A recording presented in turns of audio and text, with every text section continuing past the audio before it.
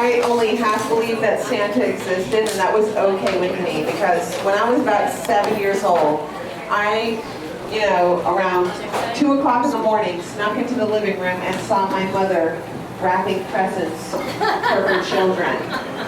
And I was really proud of my mother because she had 5 children at the time, and each child got about 8 presents. So that's about 40 presents that my mother had to wrap.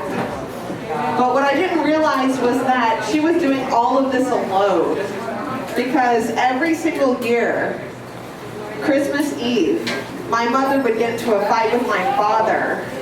They were still married at the time. And it didn't occur to me until I was older and I could understand what my mother was complaining about every single year.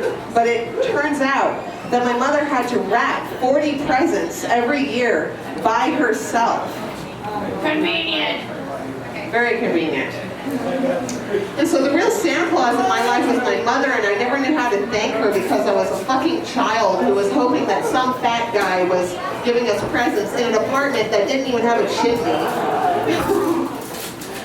So the point of the story is to thank our parents for all the bullshit that they go through in their marriages, just so that their children can have a happy little fucking Christmas every year, getting 8 presents that they didn't really ask for, but they're really happy to get anyway.